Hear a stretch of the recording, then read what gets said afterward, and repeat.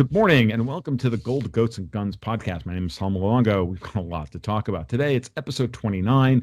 It's Tuesday, April 14th, 2020. And I've got with me something a little bit different than what we've been doing. We've been doing a lot of, finance and geopolitics, but this is something that actually bears as in our normal thesis as well, which is the potential for expatting, especially if you're American and you're like me or beginning to really worry about where we're going.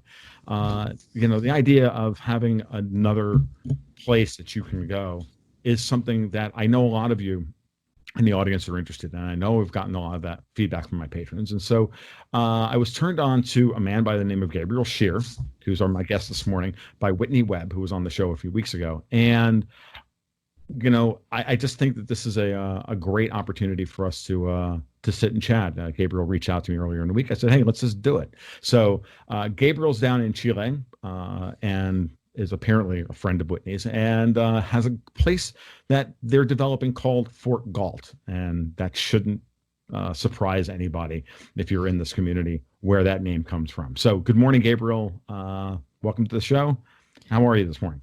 Hey, Tom, thanks for having me on here. Doing great. I mean, the weather's fantastic. Everybody's indoors and out of my way, and it's not too shabby down here. Nice. And so I mean, I know the geography of Chile actually a little bit better than I do a lot of other countries, because my wife and I have actually considered that as one of our potential places. So for me personally, this is really going to be very interesting because I'm going to learn some granular information that I don't know. I've talked to patrons who in the past who have been in Chile and they were in Santiago and they hated it.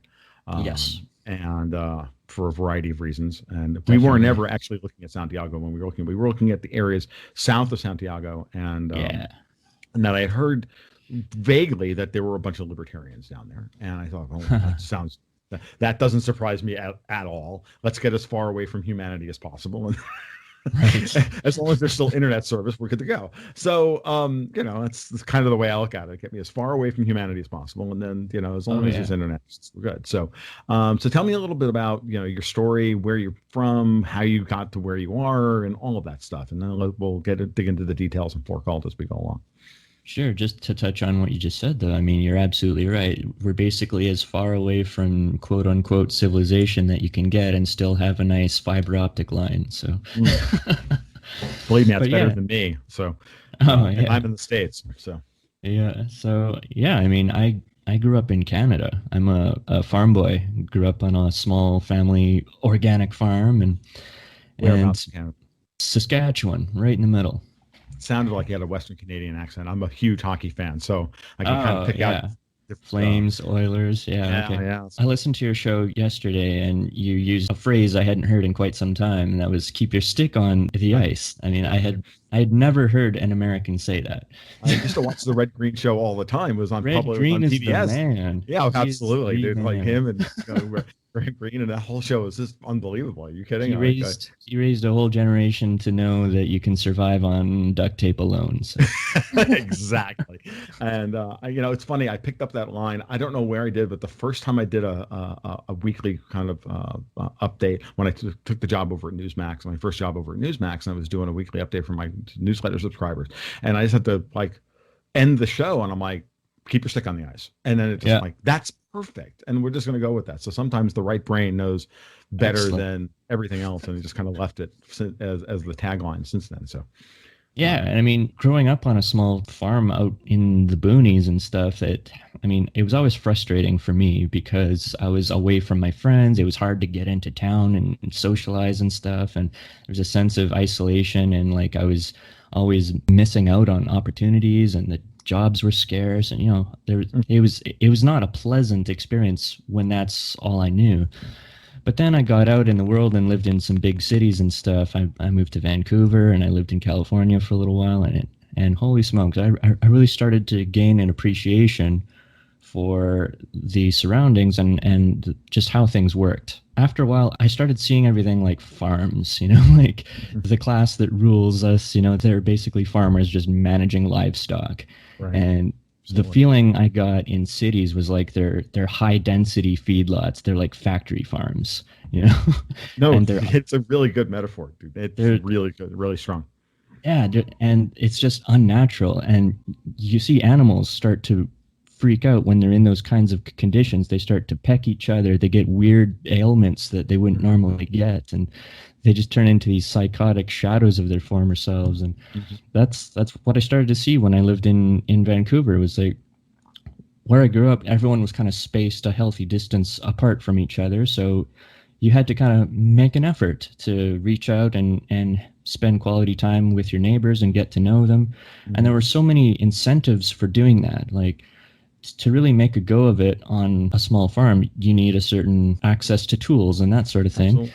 And not everyone has the finances to just buy everything that they could want. So what naturally happens is like each farmer specializes in a few things. There's no need for every farmer to have a hydraulic post pounder. Right. But it's really good if one of them does and everyone else can borrow it. So there's this incentive. You are a good neighbor because it's in your best interest to be one, you know? Yeah, absolutely. And in the city, that was just stripped away. And rather than putting the effort in to reach out and be a good neighbor, you put that effort into putting up blinds and fences and trying to shut people out because you're packed in too close. Yep. I grew up in the suburbs and it was just of New York. It was the same thing. I can tell you, I mean, from the moment that, you know, my parents bought the place that I grew up in, for example, we had fights with our neighbors who moved into the neighborhood, which was the whole thing was under construction, and they were the first to move in. And things like they moved the property stakes, they put they had their washing machine draining out into our backyard.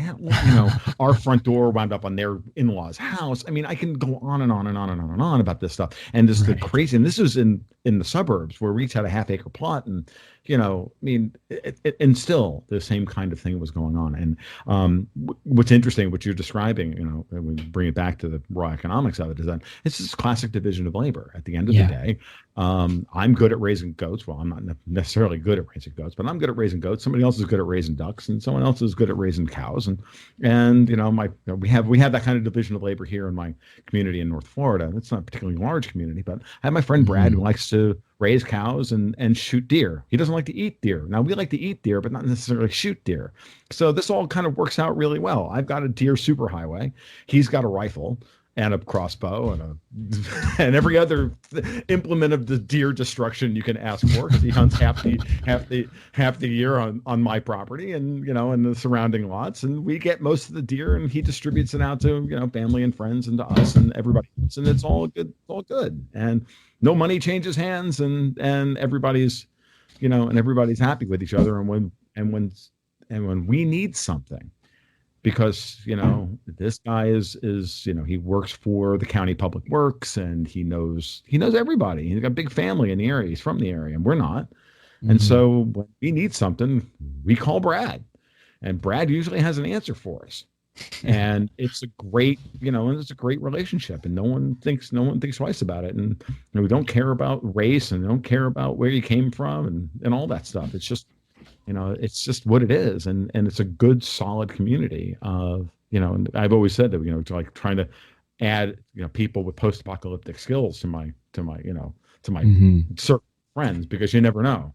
And so again, I don't know about you, but that's just the way we kind of work this stuff out over time, and my wife and I both tried to add as many skills to our list as possible, because it is what it is, and we always knew that this moment in time was coming. Yeah, like that's something else that, of course, I noticed, is that not only does everyone get all weird and psychotic in a city, but they're kind of useless too. I think they called them useless leaders at some point. I'm not gonna go. I'm not necessarily want to go there. I think a lot of people don't want. Shit, I will.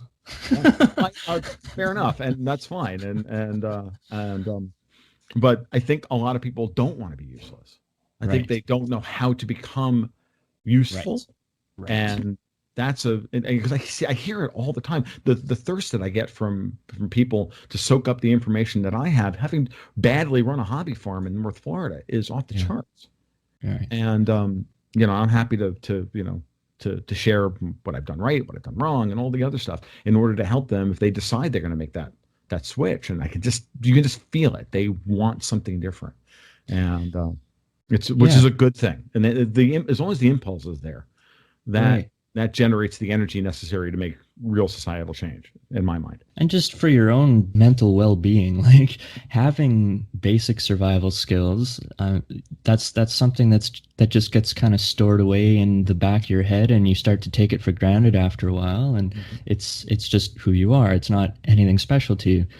But in a city where you're surrounded by people that grew up on white bread and don't have any practical skills and would die in a zombie apocalypse, I mean, you can start to take it more, seriously. Like it's a huge ingredient of who you are. It's not just a little anecdotal piece of trivia that doesn't really matter. It's a large part of what makes you cool under pressure. It's what makes you the kind of person that people seek out for help.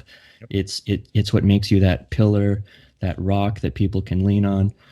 And you may not see it yourself because you're so used to it, but others really appreciate it. And it's hard to teach, and it's hard to make others appreciate it because they're not trained to, they're not raised to. They're raised in public education systems that teach them that specialization is everything, and that being self-sufficient is silly, and that preppers are crazy people. And it's really hard to overcome all of that programming until they experience a situation where it all matters.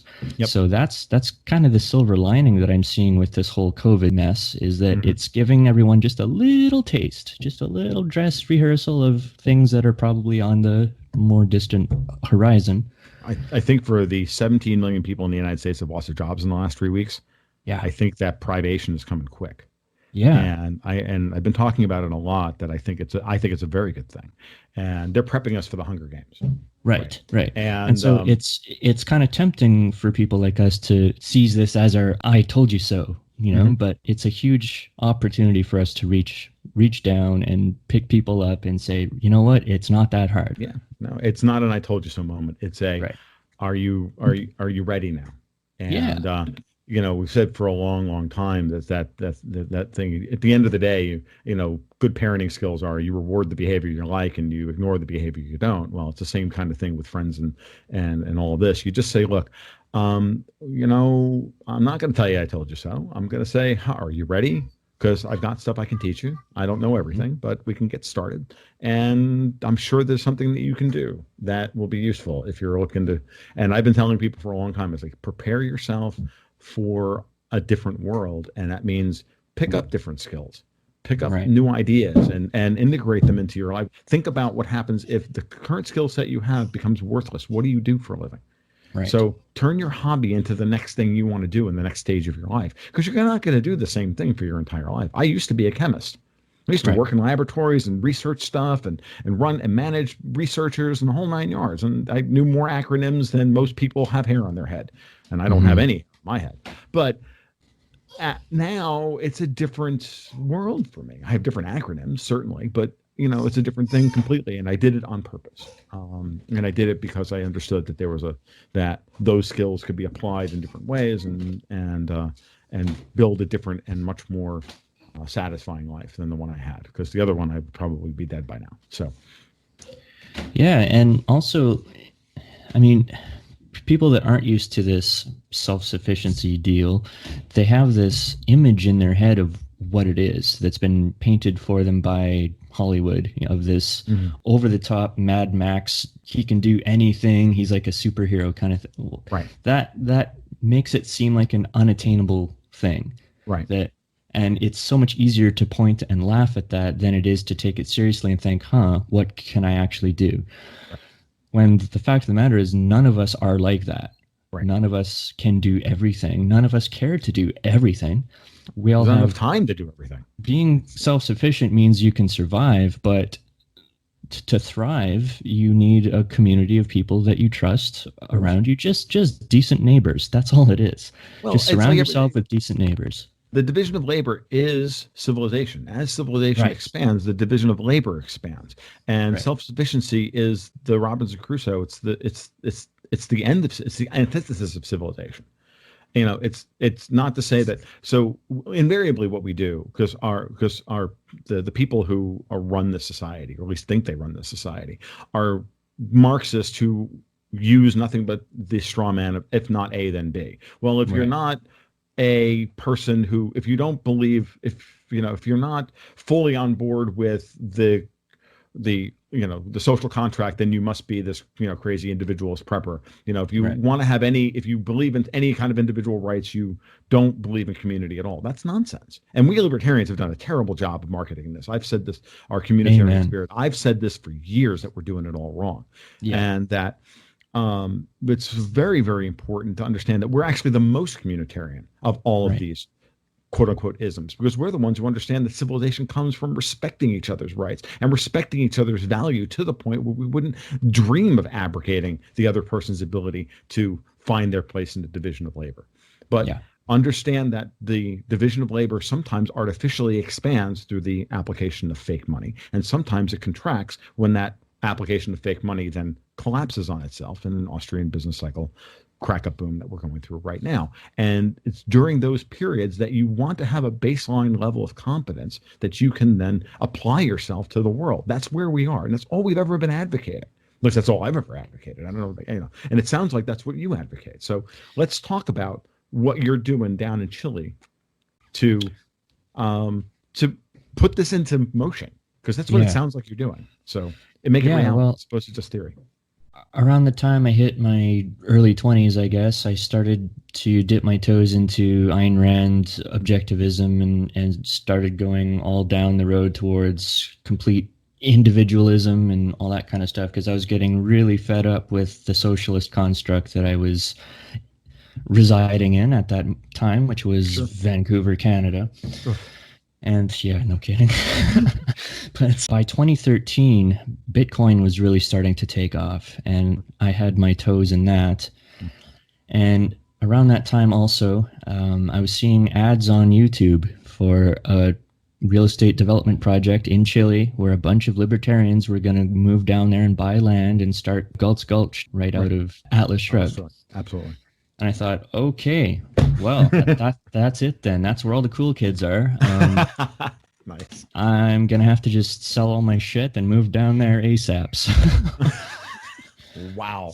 Nice. I didn't have that option. The wife, when we finally had that, the kind of spiritual awakening, as it were, it was within 3 years of that, we were now child bound. And then it was much more difficult for us to do it. And we also had family that we had to deal with. And we decided to try and protect our family as opposed to just protect, and that's why we are still where we are. So, but so I made that leap of faith, and when I got down to Chile and I found this place, which was just a little bit west of Santiago, there was basically nobody there. There was just this one project manager there and a couple of employees in a sales office. So I thought, okay, well, this is definitely in its infancy, but it's a great idea, and I want to see if I can help somehow. So I just volunteered. I said, I don't know what you need done around here, but throw me at it, and I'll see what I can do. And I guess the timing was just right. Their IT guy had just quit, and so they needed somebody to manage the website and deal with customers through email and social media and all that kind of stuff. So I said, all right, I'll jump in and handle that. Very quickly, I started hearing from some very pissed off customers. A lot of theories and rumors were flying around about how legit this project was. And after a couple of months, it was pretty clear that it was a scam, because these subdivisions, they didn't exist, and they could never be legally approved because the area was environmentally protected. So there was basically $10 million that just got flushed down the crapper on this. Wow. And it was a big blight, a big blotch on the libertarian name, and it dragged the Galt's Gulch name through the mud, and the left had a field day with it, and not fun. But I was then left with a decision to make. Do I head back to Canada and write this all off as a weird educational experience, or do I try to pick up the pieces and make something with it? And I'm kind of a stubborn dick at times, so I figured we should probably find a way to use this somehow and keep going, because I really didn't want to give up on the dream. And a friend of mine in New York that I had met at an entrepreneurship boot camp, he had been kind of watching this from the sidelines, and he called me up and said, it looks like you could use some help down there. So he offered to come down and help pick up the pieces and start over with this. And he had recently met Patrick White from Arizona, who's a big fan of your show. And his dad had passed recently and left him with some money, and he was on the lookout for some farmland to buy in Chile because he had heard that was a great spot to invest in. They all moved down to Chile, and we got an apartment together and took everything to the drawing board and said, okay, what kind of place do we want to live in? Right. And we started from scratch. I mean, we had enough money to live on ourselves for a short time, but we didn't have money to buy land with or to build with or anything like that. So we knew this would have to be a sort of a crowdsourcing, bootstrapping kind of a deal. Mm-hmm. So we just started with a website, throwing out the basic vision, saying, okay, this is what we have in mind. This is what we want to do. And fortunately, there was kind of an already existing audience because of the previous project. Right. So just through Facebook, we managed to gather a few people that were interested in what we wanted to do and trusted us to go about it in a proper fashion. And we started just kind of build a snowball very slowly at first. I mean, it's a very particular kind of person that's attracted to this sort of thing. It's not for everyone. Nope. So we just started building a team, and as more people join, they kind of contribute their voice to it as well, and the project takes on a life of its own. Because we didn't have the money up front to do all of this, and also because the trust in the general community had been shattered by the previous scam, we knew that we would have to take a very transparent and incremental approach to things. So rather than saying, okay, just send us all of your money up front and hope for the best, right. We said, okay, here's a roadmap with milestones. These are things that we have to get done. And so right now we're focused on getting this goal done. So let's say it's getting the architect to do up the official blueprints and doing engineering work and things like that. Okay, so we would package together this milestone and assign a certain amount of money to it that is required to get that done. We say, okay, everyone who has staked their claim in this project, send us 10%. And if everyone sends us 10% of what their room value is in this communal building, then we can get this done. And then that builds trust, right? They get to see, okay, I trusted them with this much, and they did good work with it. They fulfilled their promise. Now they need some more money to do the next step. Right. So as time goes, things get done one step at a time, and trust builds to the point now where we're a pretty solid group, and I don't think any of us distrust each other, and things have come along pretty well. I mean, it's a slow way of doing things, but it works. And you have time or you have money. You generally don't have both. No, that is the way things work. That is the way of the world. Yeah, so it's been a heck of a learning experience, and because this was our first project, we hadn't done anything like this previously, so we had to kind of learn as we went. So from that perspective, it was actually kind of good that it did take time, because we frankly needed time. It makes perfect sense. If you're learning by doing, then you have to take the time. Just to give you an idea, I dove right into building a house. Like I went from not being able to drive a nail straight to we built a house, and I'm looking at my house and I'm going, I'm a fair framing carpenter in the end, and not a good finish carpenter. That's fine. That's what But money and time. We had the time. I worked at the university. I had more time off than I knew what to do with. I spent it all building my house. But I didn't have a lot of money. So we had to, figure out what we were going to do, how we were going to do it. And at every stage of the operation, my wife and I just kind of looked at each other and said, okay, well, we can do this or we can do that. We can have more roomage, or we can have, we can either have it finished or we can have more room. These are the options, right? So, and, at the end of the day, and over time, you just do with what you can. And what we've learned is how to, work miracles with nothing. And I was we were talking about this on a private live stream I did the other day. It's like, my wife is a PhD in redneck engineering, and she swears by the, duct tape, hay string, and cattle panels, right? We can do just about anything. You can run an entire hobby farm with those three items, and definitely a post hole digger, or a post banger and some T-posts. You can do so much with just that. We've proven this, right? But it's like everything else. So the kind of thing is like when I started building the house, though, my mom came up to visit from South Florida, and she was expecting to see nothing. She was expecting to see us just kind of, out here, in the North Florida heat, and she said this to me. She said, I expect to come out here and see a pile of crap. We were already working on the second floor. I mean, Nice. she showed up, and we were working on the stairwell that morning, right? My friend Larry was building the treads to the stairwell that morning.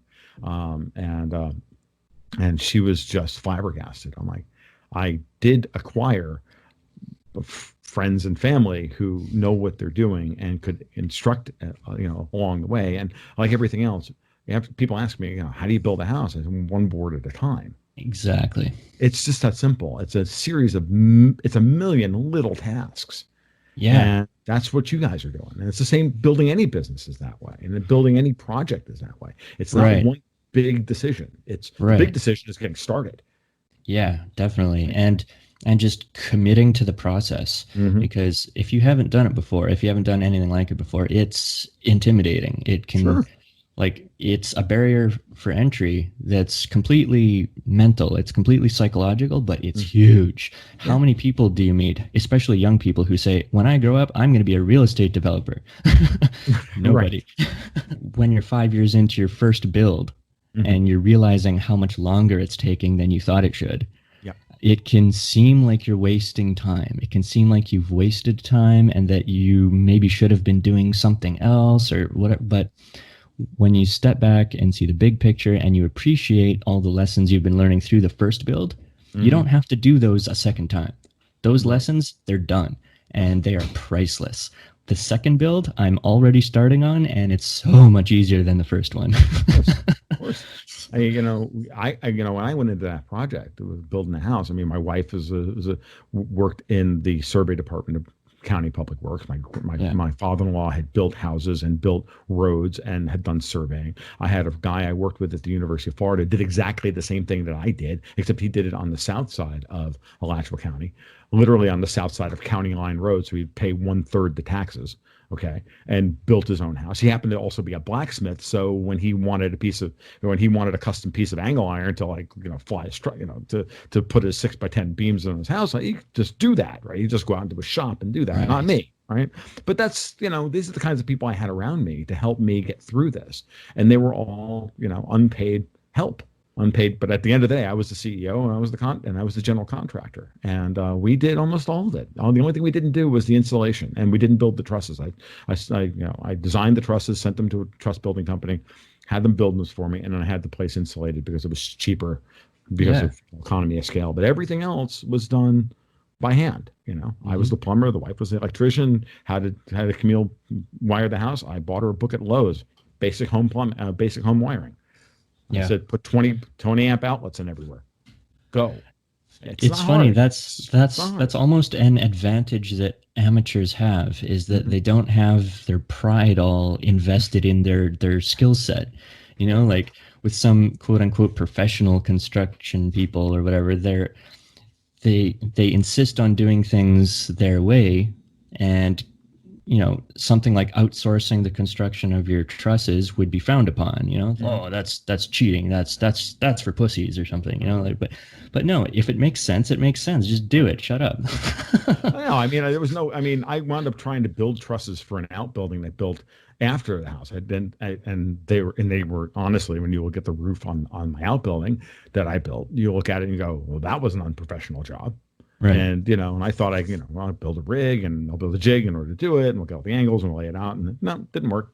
Not at all. This is what CNC machines and print and all that. It's so much better than what you can honestly do by hand. And, I did the amateur Amishman thing, and it was great and it was fun and, and all of that. And I know that, worst comes to worst, we can go out and we can build a building tomorrow, or we can retrofit our current building to, house human beings in it if necessary, or whatever we have to do. But I don't want to have to do that. I realize that my time now in what I'm doing is valuable enough that I can pay other people to do it. And as long as I've got somebody that I can trust to come in and do good work for a good price, which I can, because again, my friend Brad, then I'm good to go. And that's how I got the hole in my roof fixed and, other things done. And but it's great to see have a professional roofer come up and look at the situation and go, yeah, you made this one mistake right here, but otherwise this roof looks great. Like 10 Right. years, 12 years later, going, yeah, you guys did a great job. Like, Yeah.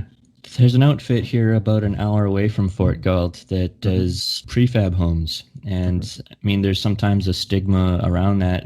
People think that they're cheap and crappy or whatever, but man, they are doing some amazing work. yeah, there's some very, very good prefab homes on the market. Oh, yeah. And they're so fast. Yeah. Like they can put them up in no time flat. So talk to me a little bit about Fort Galt. So for those of you who don't, I made the mistake of not doing this. We're half an hour into this. You can go to fortgalt.com to see what Gabriel's project looks like and see what the state of things is at this point. But tell me about where you are in the process right now. What's the capacity of, what's your, where you are, and then, where you're going, the two basic questions. Right. So the first project that died and was a scam and all that was up by Santiago. And when we went back to the drawing board and said, okay, well, where do we want to be? It was not by Santiago because, as you mentioned earlier, I mean, Santiago is not the kind of place someone like us wants to live in. Right. It's about 6 million people, and there's a huge disparity between the very small percentage of wealthy people that live on one side of town and the vast majority of impoverished people that make up the majority of the population. And that is not a good recipe when you're dealing with zombie apocalypse kind of a situation. So you want to be as far away from that mess as possible. Right. So we headed like 10 hours south down into the south of Chile, which is very sparsely populated. Yes. Basically, Chile is this big, long country that spans from north to south. At the north end, it's the world's driest desert. As you go south from there, I mean, you travel through wine country, then you get down into rainforest type area that we're in, and then if you keep going, heck, you go all the way down into Patagonia, which is just like Alaska. Mm-hmm. And then, heck, if you want to hop a plane or a boat, you can keep on going down to Chile's claim of Antarctica. So you can go hang with some penguins or whatever. So there's something for everyone in the country, basically, which is something that I really like. I like to be able to just drive up and down one highway and see basically every kind of topography and climate that there is. Basically, all of the population is in Santiago. And then as you go south from there, that would be the equivalent to driving north from Los Angeles. So the city that we're closest to is called Valdivia. Mm-hmm. And that would be a mirror image of kind of like the northern tip of California, southern Oregon, that kind of a place. Okay. But it's a rainforest that gets a ton of rain during the off season, lots of tourism during the summer.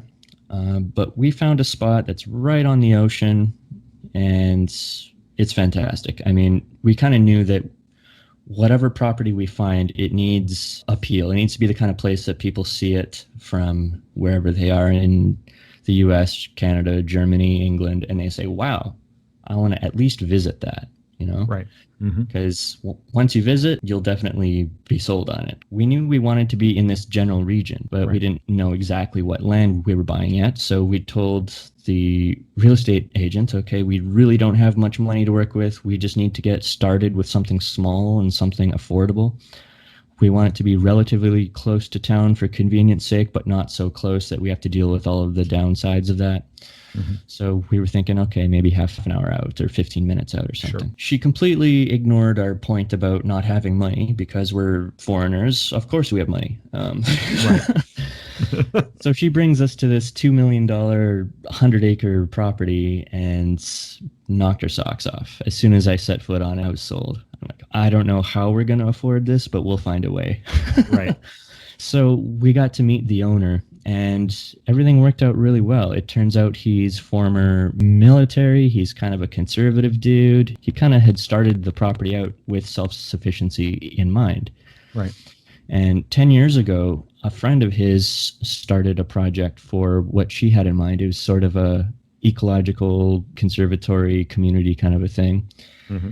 She did a lot of the preliminary work in terms of getting subdivisions done, putting in some lighting and a water system and, cutting some roadways and stuff like that. But then she died, and the owner didn't really know how to continue without her. So the project just kind of got put on the shelf and forgotten about. But when we met him and explained what we wanted to do, his eyes just lit up and he went, "Alrighty then, let's just let you handle this and have fun." So Huh. so it was great because the subdivisions were done, and in order for us to start building, we didn't have to buy out the entire community grounds.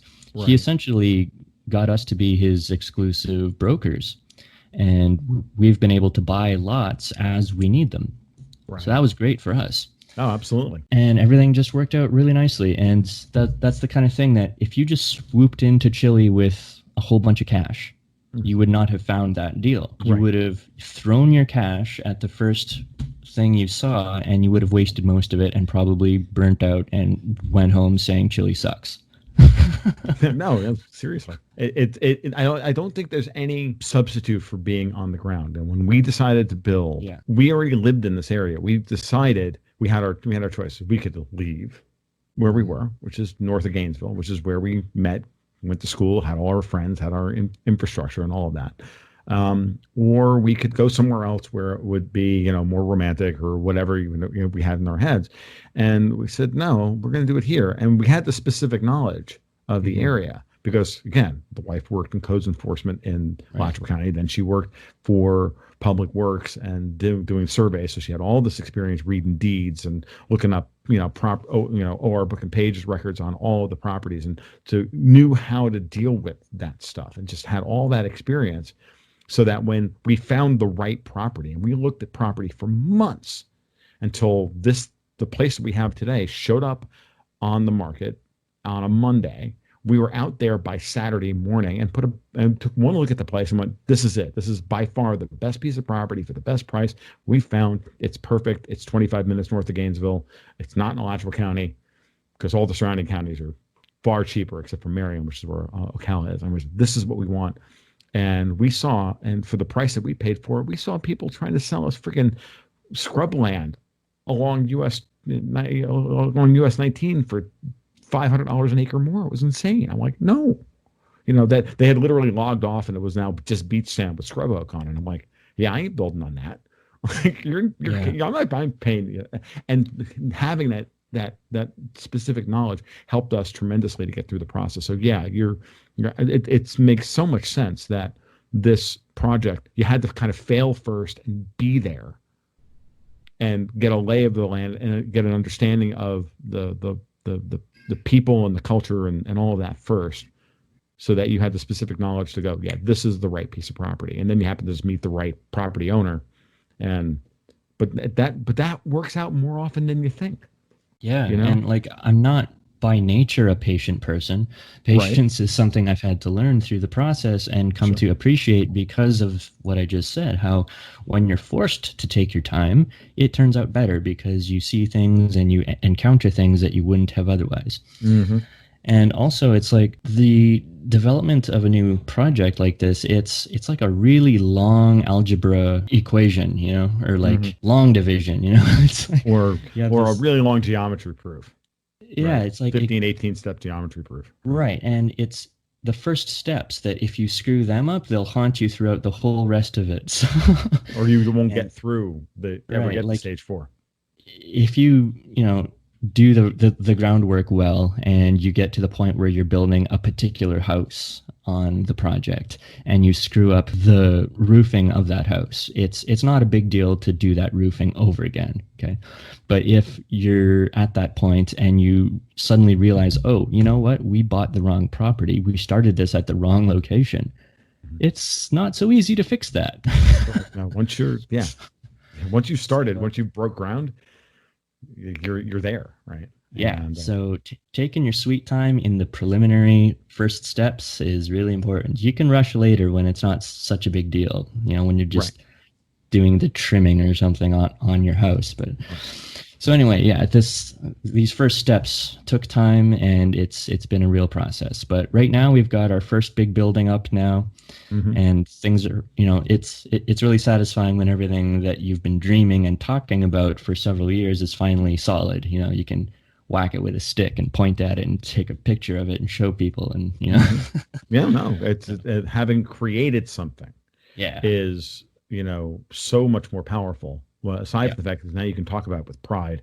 I can tell you, I mean, I look at my house and today I look at all I see are the flaws, but that first couple of years, dude, I was immensely proud of this thing because this was the first thing that I had ever really created that was lasting and was permanent. And I looked around and I said, yep, my daughter's going to be born here, or my child is going to be born here. I didn't know it was going to be a daughter at the time, but she's going to be born here. This is going to be, this is everything. And it was it was a life-changing moment. The first night we stayed here, me and I slept on the floor in what was the first bedroom, and originally our bedroom, and the first time that first night was really powerful, Yeah.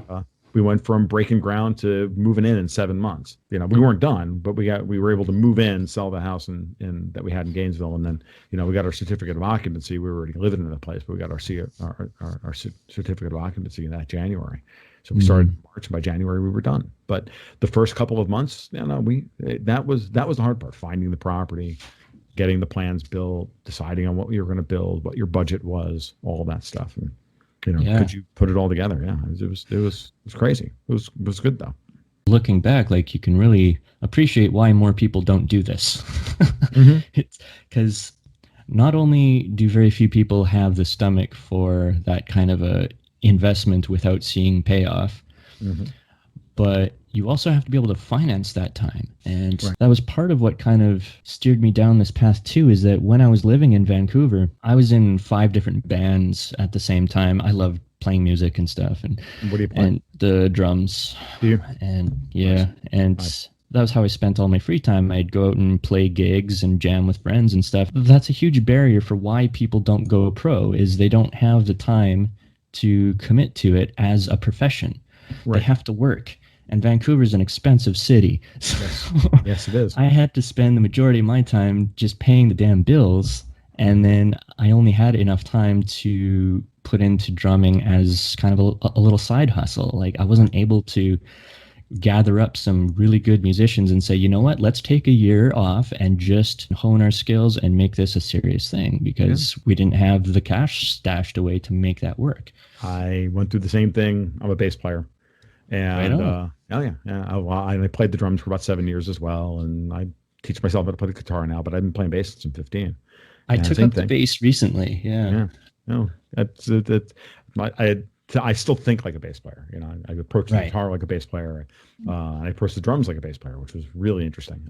Drums and bass are very similar. Of course they are. Yeah, I'm a very percussive bass player. But I'm really a drummer first, and the bass was just the instrument that I, as a kid, that I was available to me. And that's what happened. And when you watch the live stream, you'll see, if you watch my live streams, my Rickenbacker's hanging on the wall behind me. I saw that. And so frustrated musician, I get it. And I was talked off of being a professional musician by my mom, and in my own sense of anxiety and all the rest of it. I'm not blaming it all on her, certainly, but I know I get it, and I know how hard that is. And music is just one example, though. I mean, there's so many different career paths that people might go down, but don't, because they can't afford to. Yep. So we spend way too much time feeding the apparatus that thinks it creates civilization. Right. And it's called taxes. Exactly. We pay the most onerous taxes in human history, and they tell us that we don't pay enough. Like, these people are out of their mind. Racket. Yeah, it is purely nothing more than that. As Rothbard said, it's a gang of thieves writ large. I've tempered some of my more radical stuff in the past few years, but the truth of the matter is I'm as radical a libertarian as you could ask for. So it's not. I've had to temper my language a bit just to be more, compatible with people in conversations. But my philosophy has become more radical than anyone that I think I know. I think I'm the most crazy, insane libertarian that I could even think of. I'm the same boat. And I have to, kind of ease people into the really hardcore stuff. Because again, my audience is not strictly that. Right. If it was, it wouldn't be, 1/10 of what it is. Sort of at I've had to come to terms with and make peace with the fact that the majority of humans are not like this, They really and aren't. that's okay. Yeah. They can do their thing as long as they don't force me to be a part of it. Exactly. And I'll be happy to defend whatever it is that they want Yeah, to do, as long as, again, they don't force me to do it. I say this all the time. Like, absolutely. you can create, Communitopia next to you, Hmm. next door to me, as long as you want. You just stay away. You just don't force outer Luongolia to, Definitely. to go along with Communitopia, because Communitopia is over there, and I'll be happy to trade with Communitopia Yeah. at a fair price. Yep. But you For stay over sure. there, and I'll stay over here, and I'll protect your west. It's like, I'll protect your western border. It's not that hard, right? Sure. I'll So, even invite you guys over for coffee once in a while, and we of can shoot course, the shit. And, you know, like, I'm not averse to people being commies. I'm averse to people sure. forcing me to be a commie. It's like, Exactly. do what you want, dude. Like, knock yourself out. That's what works Yeah. for you. Great. I basically became very attracted to all forms of exitarianism. That Hmm. is like ways of just exiting the circumstances that you're born into and opting out of constructs. Yes. And Yeah. there's a lot of efforts to that extent going on right now. For instance, there's the Seasteading Institute, Hmm. and my partners and I did some volunteer work for them to do up some 3D models to show off concept art and stuff like Hmm. that. And they're Yep. a great bunch of people too. They're Sure. going off in that direction. And then there's the special economic zones that are popping up all over the world. I mean, Shenzhen in China now is a powerhouse of manufacturing that was just a fisherman village like 20 years ago. That kind of economic boom is only possible when you take the statist hands off of it, you know? So No, absolutely. the effort to create more places like that is underway, and I'm a big fan of that stuff. Yep. But I thought, what is something practical that I can do in my life right now to at least carve out a little oasis that I can live in until that stuff comes more into being? So Right. Fort Galt is just sort of an attempt at that. It's not creating a new country or anything like that. Right. It's just it's just creating a community that's at least mostly removed from any high density population center, any major status control grid, somewhere that we can voluntarily opt in to a certain spot and know Hmm. that our neighbors are all kind of on the same page and they can be counted on not to rat us out, and just that basic kind of stuff that I grew up with. Right. Right. No, you're absolutely correct, and I've got a lot of respect for trying to pull that off, and it sounds like you've made the transition the right way, and because at the end of the day, look, we may never reach critical mass where we beat the status at their own game. What I can say, and the last thing I want to talk to you about is the role that Bitcoin and all that actually serve in this, because I think the forces of decentralization are all around us, and Yeah. they're happening. Technology is changing and making it. At once, it feels like it's giving the autocrats more power. Like, how desperately do they want worldwide 5G so that they can, um, they can monitor everything about us all the time, and they're gonna, and they want to put chips in us and tell us that we can't travel and all this other stuff. But really, at the end of the day, that's just them trying to spend unbelievable amounts of money, time, and energy on stuff that's completely unsustainable. Humans don't need any of that stuff to live. And at the end of the day, they resist all these forms of control. And technology has created something. When I look at Bitcoin, for example, I see a system that we've never seen before in human history, which is that the creation of new monetary units, which have an opportunity cost basis to them, but has no human hand in the rate at which they will be created, Right. is the first time we've ever seen this in human history. Yeah. Humans still have to work to bring them into existence, but the amount that will come into existence is out of a human being's hands, and therefore is uncorruptible from that perspective. Now, Right. what humans do with in creating credit tokens on top of Hmm. those monetary units, well, that's a different story, and those are subject to corruption. But at the end of the day, what a proof of work style system creates is that technology, which we've never seen before.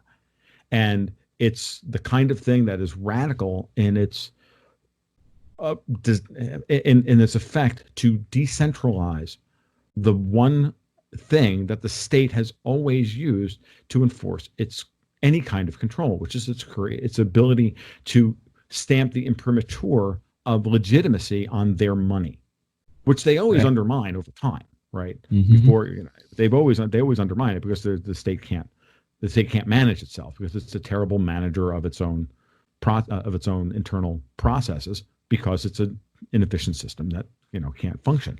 And so I find it really fascinating that we're at this moment in time where we can choose to have technology enslave us or we have technology liberate us. And the truth of the matter is that it doesn't take a critical mass of people. It doesn't take 90% of the population to adopt the new technology to fundamentally change the way the world operates. It takes less than 5% to get that done. And I think we're very, very close to that at that moment where, and this whole post-COVID world, whatever you want to call it, that's what we're going to be moving into, people are going to be asking themselves some very serious questions about the dollar, the system, the banks, all of these things that we'd never had before. And I think it's just very, very, very interesting moment. So, well, it's similar to the special economic zones that I mentioned before. Like we have Hong Kong and Shenzhen and Abu Dhabi and Dubai. These places exist. And even though their inhabitants make up a tiny, tiny percentage of the world's population, they're leading by example. They're serving as a beacon. They're demonstrating a concept that cannot be ignored. Others will follow that because you can't dispute the outcomes. And Bitcoin has done the same thing. Like we don't need everyone to use Bitcoin. We just need enough people to use it to demonstrate its utility and its superiority. Right. And I mean, people love to jump in at first and make fun of it, saying, oh, it's just tulip mania or something like that. But first of all value is subjective. Yes. And so it fluctuates depending on how people value it at that time for whatever reasons. But a tulip has no utility. Yes. So that its value is strictly mania. It's not based on usefulness. Right. Whereas you look at Bitcoin and we're living proof of how useful it is. We use it all the damn time. We have people in Germany, Australia, England, US buying property from us over the internet in a matter of minutes, paying for it without any interference from their bank, without any limitations from their governments, without the SEC getting on our backs. What else can you do that with? You can't do that with gold even. No, you can't, because you can't even move the gold around. I mean, gold is pretty. I like gold as much as the next guy, but it's kind of useless by comparison. Well, I think one of the things I agree at a certain level, but I also believe that gold represents the other form of money, which is that it has antecedent value. The important part of this is just basically Mises's regression theorem.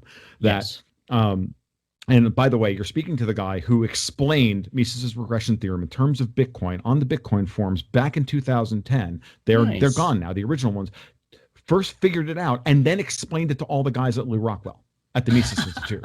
I used to chat with Mike Rosef behind the scenes. He was the first one to get my argument. Everybody else, Tom Woods and the rest of them were all going, "Oh, this is just nonsense." I'm like, "No, you missed the point." Yeah. If encrypted packets on the internet can have antecedent value because they contain valuable information, then guess what? Then they have value. Then Bitcoin can have value. And then eventually, about 4 or 5 years later, I think Peter DeBoer or somebody else finally wrote an article about adding to Mises's regression theorem the understanding that just because it didn't have value before it was created doesn't, when it comes into existence, you can assign value to it, it means it had antecedent value, that there was a pent-up demand for this thing, this commodity that didn't exist to this point, but there was a demand for it. And it really comes down to, I think, and there's a lot of gold bugs out there who are just angry because gold has been suppressed through the futures market by the powers that be in order to stop it from, and it has been, and there's no argument about that, but that doesn't mean that you can't, just because you love gold doesn't mean you can't also love Bitcoin. It doesn't also mean that that at the end of the day, maybe tokenized version, proof of work, tokenized stored gold might not become a better version of Bitcoin. It's not Bitcoin per se that is the thing. It's the technology that underlies Bitcoin. I think Bitcoin is alpha code that went viral. I don't think it's a particularly good coin. I don't even think it's a particularly good coin. Right. I have there's at least 6 other proof of work style coins out there that are so much better than Bitcoin. And I think Absolutely. there's so many other ways of the security muling and all this other stuff that you can do, and within the blockchain, within cross blockchain security, and all this stuff that we can be doing to make a better world in the crypto markets, which is happening, by the way. It's happening in coins like Komodo and others. It's all over the place.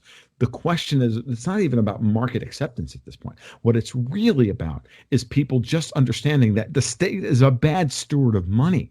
Yeah. And that's what's coming. And now that we actually have a reliable thing that has the trust of billions of people or millions of people and hundreds of billions of dollars of real value, right? When you start to think of it in those terms, the market is voting right now that Bitcoin is a safe haven asset, like it or not. Yeah. And it's a very powerful thing what's happening, and it's going to change the world. It may not change the world in the next 5 years. It may still take 10, maybe even take 15 years for private cryptos to finally beat government currencies. But it's better technology. It's going to win. And it's just one of the killer apps that's coming from this shift in mentality. Like we also have distributed manufacturing. We have 3D printing now. And we're almost at the point where gun laws don't even matter. You know, because you can regulate and outlaw all the pieces of a gun if you want to, which is absurd, but you know, try. But the printer can spit one out when you need it, you know? So you don't actually have to have guns on hand. You just have to have a damn good printer. And I got news for you. Stamping freaking metal brass casings and making nitrocellulose is not hard. You don't even need those now. Dude, you need to check out pre-charged pneumatic rifles. They have come a long way recently. Wow, really cool. That's even better. Thank you. Oh, there's libertarians talking guns. Oh, it's going to become a religious experience. Guns are my religion. But no, there's a 30 cal full auto air gun coming out in June, and I am waiting for that. No brass, no powders, just an air compressor, dude. You're set. We're at this point where this is why I said the other day, we can see them crapping their pants on television when we bother to tune in. We can see it. It's so very obvious at this point. And I really, we're going to probably cut this off soon because we're right around the hour mark, and I don't go on too long. I'd be happy to have you on another point in the future. We'll talk again. But you know, you can see what's happening, that projects like yours are the way that we should express ourselves in this. I said this the other day. At the end of the day, we have to just stop listening to them. And when they say, "Oh, you're going to do this, and this," they're going to show up at your church service this Sunday. We're recording this the day before Easter, the Saturday before Easter. This is not Tuesday morning. And they're going to show up at your church service tomorrow. When the police show up, you shouldn't get angry. You shouldn't pull your guns. You shouldn't do any of that stuff. You just look at them and go, "Dude, take your hat off. It's church. What's wrong with you?" And literally just look at them and go, "Why are you here?" Disregard the constabulary. It's just like, you're just, you know, I hate to say this, but you know, the truth is, I don't even hate to say it. I hate to tell people, at the end of the day, they're just mafia goons with badges. Yeah. You know, that's what they are. And my dad was one of them for a long time, and he hated it. I was talking about this on my live stream last night, and that wakes people up when you have that when they have that knowledge. It's like, there's no service involved here. The men of conscience who become police officers don't do it for anything other than they have to feed their families. In the present climate, they have no reason not to, because everyone respects the badge, everyone bows to them and licks their boots and shit. So I mean, why would they even think of changing? And unfortunately, it when you create that culture, it attracts the wrong person to the job. It doesn't it doesn't attract a man of conscience who's not doing it to arrogate power to himself. Yeah. And who is trying to keep his community safe and is going into with those reasons. And people who join the military for those also noble reasons. You're encouraging the people who do want to rule over other people and exercise petty power. And the worst part is that even if you do get people in that job who did go into it for the right reasons, the process itself is corrupting to the point where no matter what you do, enough people will be broken down by it. I can tell you that, like, I had to leave state service, even though I had a very comfortable job. I had to leave state service because I could feel my work ethic and my just getting destroyed. I could feel my soul going away. And I'm like, I've got to get out of this. And I literally left a state job that I could have had for the rest of my life and never worry about it. And would have got a nice raise from my boss to do this to stay. And I went and I worked for a startup 300 miles away from my home while my wife was 6 months pregnant. And she was still tiling the bathroom in the extension in our house. Yeah. This is what we did. And we did it because it was the right thing to do. Right. So these are the kinds of examples you want to leave. This is why I was so happy to speak to you this morning, because to me, talking with other people who have made those kinds of decisions and have done and did it earlier in their life than I did. And it sounds like you're far younger than I am. I'm 52. Is really encouraging, because I see it. I see that same thirst for purpose, right, unexpressed in so many people around me, and they want to have purpose and they want to have a direction, but they don't see that. They don't see it around them. They don't see the options, but they've been beaten down to a point where they don't believe there are any options, and we've got to get that back to them. They're straight up told that there are no options. Right. The authority figures all around them tell them from day one that there's this preset path for you. You can choose a couple different variations of it, but that's it. Right. And we want to get them out of that. Yeah. And that's our job. So, Gabriel, this has been an absolute blast chatting with you. I haven't talked with frankly, a flower throwing hardcore anarcho-capitalist in a long time, and I enjoyed it. So we're gonna cut it off here and let you go for the day. But I'd love to have you back on at some point in the future. We can get an update on what's going on with Fort Galt, and if anybody who wants to check this out and maybe and see what's available or what options are available, go out, check out fortgalt.com. You have a great day, and go thou forth and build more buildings and build a better community, because that's right on. Thanks. Take care then. Thank you, man. You have a great day.